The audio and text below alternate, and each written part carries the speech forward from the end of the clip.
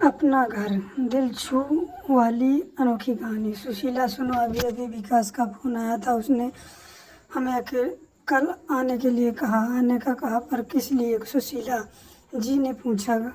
उसने घर लिया है, कल गृह प्रवेश कर रहा है, उसी के लिए हमें बुलाया है। क्या गृह प्रवेश उसने घर के लिए लिया है? हाँ, पर कब लिया? हमें बताया तक नहीं, पता नहीं चलने दिया। क्या आपको मालूम था? पति ने ना मैं सिर हिला दिया। यह सुनकर सुशीला सन रह गई। बेटा ऐसा कैसे कर सकता है? उसे घर ले लिया और बताया तक नहीं। आखिर हमसे क्या गलती हो गई? किस बात की तकलीफ है जो हमसे पूछा ना? राय विचार लेना तो दूर, जानकारी तक नहीं देने होने दी। कहीं उसे ऐसा तो नहीं लग रहा है कि हमें बता देता तो हम घर खरीदने से मना कर देते।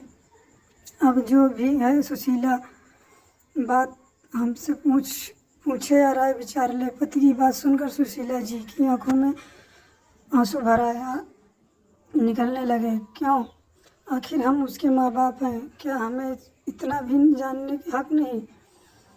माना कि वह छोटा बच्चा नहीं रहा, पर क्या हमें बताना भी जरूरी नहीं समझा?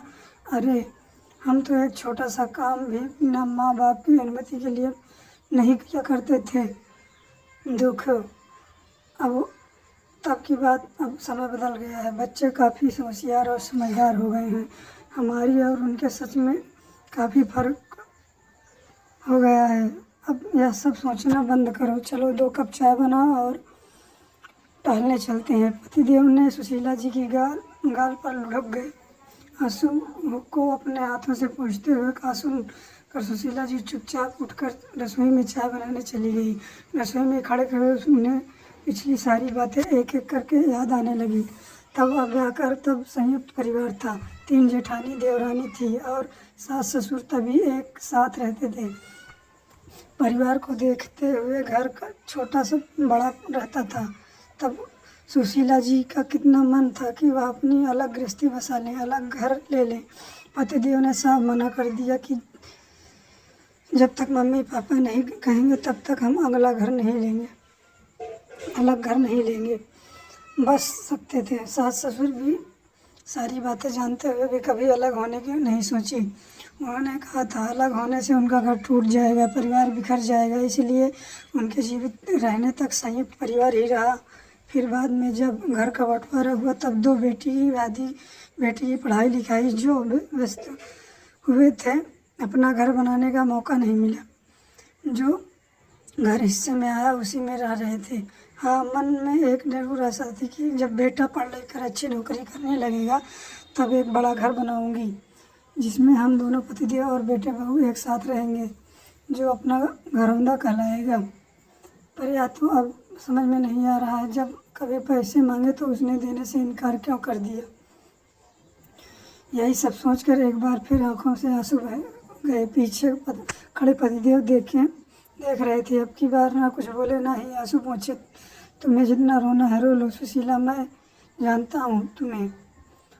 उसके परवरिश में अपना तन मन लगा दिया, अपने आप को समर्पित कर दिया, न जाने कितने इच्छाओं का त्याग कर दिया। मन में बोलकर वह भी वहाँ से उठकर बरामदे में आ गए। सुशीला जी ने सिर्फ 1 कप चाय पतिदेव के लिए बनाई, खुद नहीं पी ली और बाहर जाने से इनकार कर दिया। ठीक है, फिर जो कुछ भी ज़रूरत की चीज़ें हैं वह पैक कर लो। विकास बोल रहा था कल सुबह की गाड़ी आ जाएगी। क्या हमारा जाना ज़रूरी है? जाना तो आप जाइए, मेरा मन नहीं है। मन उनका भी नहीं जाने का हो रहा था, फिर भी कहा चलिए, चला कर आशीर्वाद देते हैं। आखिर क्या हमारी संतान है, वह उसके विमुख हो सकता था। पढ़ाई करूँगा, वहाँ बड़ा आदमी बनूँगा, फिर अपना घरौंदा बनाऊँगा। सच में उसने अपना घरौंदा बना लिया। पति की बात सुनकर सुशीला जी ने भारी मन से अपना बैग पैक कर लिया। अगले दिन समय से गाड़ी आ गई, वह दोनों बैठकर विदा हो गए। दूर से ही बेटे का घर देखकर सुशीला जी की आंखें फटी रह गई। 2 तल्ले का बड़ा बंगला था। कार से उतरकर जब मेन गेट पर गई तो बड़े अक्षरों में लिखा था अपना घरौंदा।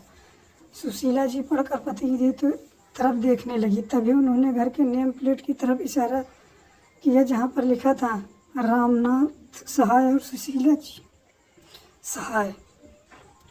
सुशीला जी चौंक गई। अपने दोनों पति पत्नी का नाम देखकर नेम प्लेट पर हम दोनों का नाम लिख दिया ताकि दुनिया वालों को लगे कि वह माँ बाप के लिए घर लिया है। बड़ा होशियार निकला मेरा बेटा। तो तब तक बेटे बहू भागकर घर अंदर आ गए। मम्मी पापा आप बाहर ही रुकिए, सुनकर दोनों बाहर ही ठिठक गए। आखिर अब नौटंकी बाकी है। तभी बेटा बहू कलश लेकर आए। साथ में पंडित जी को भी, माँ यह कलश लीजिए, पापा जी आप भी हाथ में पकड़िए और यह चाबी लीजिए, पंडित जी आप मंत्र पढ़ेंगे। तब आप दोनों अपने हाथों से दरवाज़ा खोलकर कलश लेकर अपने घर में प्रवेश करेंगे। बेटे बहू की बात सुनकर एक पल के लिए दोनों पति पत्नी को कुछ समझ नहीं आया। माँ, हाँ माँ, आपका अपना घर होगा, आपके सपनों का घर। आप दरवाज़ा खोलिए और अपने शुभ कदम रखिए। माँ जी जल्दी कीजिए, सबसे शुभ मुहूर्त है और कुछ ही देर का है तो जल्दी कीजिए। बहू के साथ पंडित जी ने भी कहा तो सुशीला जी ने कहा हाँ में सिर हिलाकर दरवाज़ा खोल कलश लेकर दोनों पति पत्नी घर में कदम रखा। बेटा बहू दोनों ने मिलकर सास ससुर का आशीर्वाद लिया और हाथ पकड़कर घर का एक एक कोना दिखाया। घर के अंदर की सजावट और शानो शौकत देख दोनों दंग रह गए। माँ का घर अच्छा लगा। सुशीला जी ने कहा हाँ में सिर हिलाया। माँ, आज से एक फ्लोर पर आप दोनों रहेंगे और एक फ्लोर पर हम दोनों। तो बताइए आप किस फ्लोर पर रहना पसंद करेंगी? बेटे ने कहा तो सुशीला जी की तरफ सवाल भरी नज़रों से देखते लगे।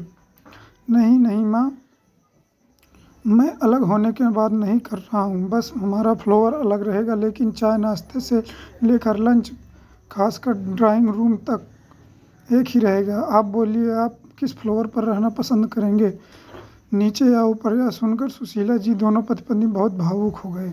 बेटा तुम जहाँ कहो हम वहीं रह लेंगे, पर एक बात बताओ, तुमने हमें बताया क्यों नहीं? अरे बताते तो कुछ हम भी मदद कर देते। माँ, आपका बेटा और बहू दोनों मिलकर इतना कमा लेते हैं कि अपने माँ बाप के सपनों को पूरा कर लें, और फिर सरप्राइज नाम की भी कोई चीज़ होती है। यह सुनकर सुशीला जी ने बेटे बहू को सीने से लगा लिया। मन ही मन बहुत खुश हो रही थी कि उनकी सोच गलत साबित हुई। वह बेटे बहू के बारे में जैसा सोच रही थी वो वैसा नहीं है। समय चाहे तब का हो या अब का हो, अगर हमने अपनी संतान को अच्छे संस्कार दिए हैं तो वो अपने संस्कार नहीं भुलाते हैं। दी एंड। Like share subscribe. दोस्तों, कहानी पसंद आई हो तो सब्सक्राइब करें।